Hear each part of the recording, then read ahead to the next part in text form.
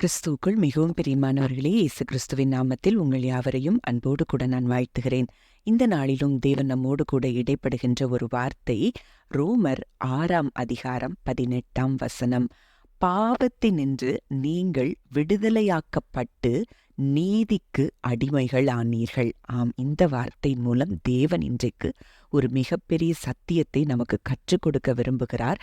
அந்த சத்தியத்தை நீங்கள் அறிகிறதன் மூலம் தேவன் உங்களுக்கு விடுதலையை கொடுக்க விரும்புகிறார். அப்போ சத்தியத்தையும் நீங்கள் அறிவீர்கள், சத்தியம் உங்களை விடுதலையாக்கும் என்ற வார்த்தையின்படி இன்றைக்கு இந்த தியானத்தை, இந்த டிவோஷனை நீங்க கவனமா கேட்பீங்கன்னா உங்க வாழ்க்கையில நீங்க மிகப்பெரிய ஒரு விடுதலையை நீங்க அனுபவிக்க போறீங்க.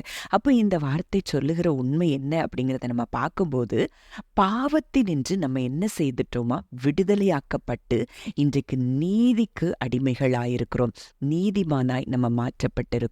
இதை இன்னும் நம்ம ஆழமா பார்க்கும்போது நமக்கு நல்லா விளங்கும். இதே வார்த்தையை நான் டிபிடி வெர்ஷன்ல நான் வாசிக்கிறேன். And now you celebrate your freedom from your former master's sin. You have left its bondage and now God's perfect righteousness holds power over you as his loving servants. அப்போ இந்த வார்த்தை எதை சொல்லுது அப்படி நம்ம பார்த்தோம்னா, நம்ம இப்போ எதை என்ஜாய் பண்றோம், ஃப்ரீடமை என்ஜாய் பண்றோம், செலிப்ரேட் பண்றோம். அந்த பழைய அந்த நமக்கு எஜமானனா இருந்த அந்த பாவத்துல இருந்து நம்ம ஃப்ரீடமை சுதந்திரிச்சு நம்ம இப்ப நீதியின் அந்த கட்டுகளுக்குள்ள நம்ம என்ன செஞ்சிட்டோம், வந்துட்டோம்.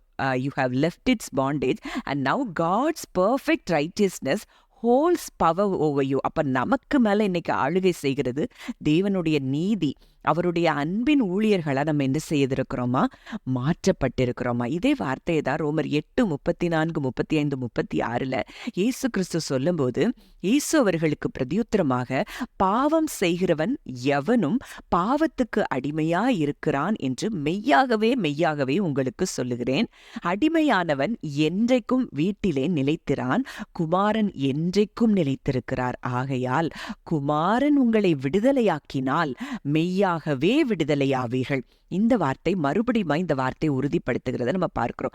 பாவம் செய்கிறவன் நிச்சயமா அதற்கு அடிமையா இருக்கிறான், அவன் கட்டுகளுக்குள்ள இருக்கிறான். அப்போ அவன் அடிமையா இருக்கிறதுனால அவன் சுதந்திரவாளியா இருக்க முடியாது, வீட்டுல நிலைத்திருக்க முடியாது. குமாரனாகிய கிறிஸ்து என்றைக்கும் நிலைத்திருக்கிறார். இன்றைக்கு அந்த குமாரன் உங்களை விடுதலையாக்கினால் நீங்கள் மெய்யாகவே விடுதலையாவீர்கள். அப்போ குமாரனாகிய இயேசு கிறிஸ்து நமக்காக மரித்து உயிர்த்தெழுந்து நமக்காக ரத்தம் சிந்தினபடியினால் இன்றைக்கு அவரை விசுவாசிப்பதன் மூலம் நம்ம என்ன வாக்கப்பட்டிருக்கிறோம், நீதிமான்கள் ஆக்கப்பட்டிருக்கிறோம். அதுதான் ரோமர் 5:1 கூட நம்ம பார்க்கிறோம். இவ்விதமாக நாம் விசுவாசத்தினாலே நீதிமான்கள் ஆக்கப்பட்டிருக்கிறபடியினால் நம்முடைய கர்த்தராகிய இயேசு கிறிஸ்து மூலமாய் தேவனிடத்தில் சமாதானம் பெற்றிருக்கிறோம். அப்போ இன்றைக்கு நம்ம என்ன, கிறிஸ்துவை விசுவாசித்ததினாலே நம்ம என்ன வாக்கப்பட்டிருக்கிறோம், நீதிமான் ஆக்கப்பட்டிருக்கிறோம், தேவனோடு கூட நம்ம சமாதானம் பெற்றிருக்கிறோம். அப்போ இன்றைக்கு நம்ம ஆழமா அறிந்து கொள்ள வேண்டியது, என்றைக்கு நீங்க இயேசுவை விசுவாசித்து அவரை சொந்த இரட்சகராய் நீங்க ஏற்றுக்கொண்டீங்களோ அன்றைக்கு நீங்க நீதிமான் ஆக்கப்பட்டிருக்கிறீர்கள் என்ற உண்மையை நம்ம அறிந்து கொண்டால்தான் நம்ம வாழ்க்கையில நம்ம ஆசீர்வாதங்களை சுதந்திரிக்க முடியும். அப்போ இதே வார்த்தையை டிபிடில, our faith in Jesus transfers God's righteousness to us and he now declares us flawless in his eyes. This means we can now enjoy true and lasting peace with God, all because of what our Lord Jesus, the anointed one, has done for us. அப்போ இன்றைக்கு இயேசு கிறிஸ்துவின் மேல் உள்ள விசுவாசம் தேவ நீதியை இன்றைக்கு நமக்கு என்ன செய்திருக்கு, கொடுத்திருக்கு.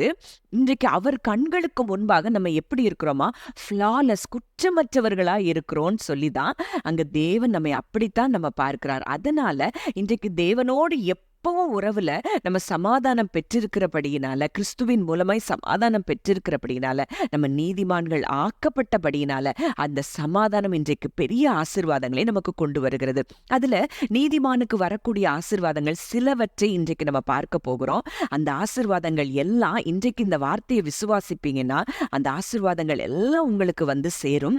அதுதான் சத்தியம். அப்போ நீதிமொழிகள் 18:10 சொல்லுகிறது, கர்த்தரின் நாமம் பலத்த துருகம், நீதிமான் நீதிமான் அதற்குள் ஓடி சுகமாயிருப்பான். அப்ப நீதிமான் அவருடைய நாமத்துக்குள்ள ஓடி சுகமாயிருப்பான். அங்க ஒரு ப்ரொடெக்ஷன் இருக்கு. நீதிமானுக்கு நிச்சயமாய் ஒரு பாதுகாப்பு இருக்கு. அடுத்ததா யாக்கோபு 5:16 பார்க்கிறோம், நீதிமான் செய்யும் ஊக்கமான வேண்டுதல் மிகவும் பலனுள்ளதா இருக்கிறது. அப்ப என்றைக்கு நான் நீதிமான் ஆக்கப்பட்டிருக்கிறேன்கிற எண்ணம் உங்களுக்கு வருதோ, அவங்க செய்கிற பிரேயர்ஸ் தான் எப்படி இருக்கா, பவர்ஃபுல்லா இருக்கிறான். அப்போ நீதிமொழிகள் 10ல நிறைய ஆசீர்வாதங்கள் நீதிமான்களை குறித்து போடப்பட்டிருக்கிறது. அது எல்லாம் இன்றைக்கு நமக்கு சுதந்திரமாய் மாறுகிறது. நீதிமான்களுடைய சிரசின் மேல் ஆசீர்வாதங்கள் தங்கும். நீதிமானுடைய பேர் புகழ்பெற்று விளங்கும். நீதிமான் விரும்புகிற காரியம் அவனுக்கு கொடுக்கப்படும். நீதிமான்களின் நம்பிக்கை மகிழ்ச்சியாகும்.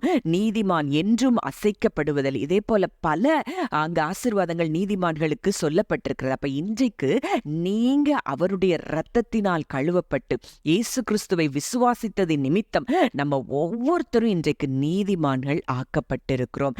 இந்த எண்ணம் நமக்கு முதல்ல வரும்போதுதான் சத்ருவானவன் நம்மை கண்டு பயந்து ஓடுகிறத நீங்க பார்ப்பீங்க. நமக்கு வேண்டிய நன்மைகளையும் ஆசீர்வாதங்களையும் நம்ம சுலபமா சுதந்திரித்துக் கொள்ள முடியும் என்பதை இந்த வார்த்தைகள் மூலம் நம்ம அறிந்திருக்கிறோம். இன்றைக்கு கூட இந்த வார்த்தையை விசுவாசிங்க.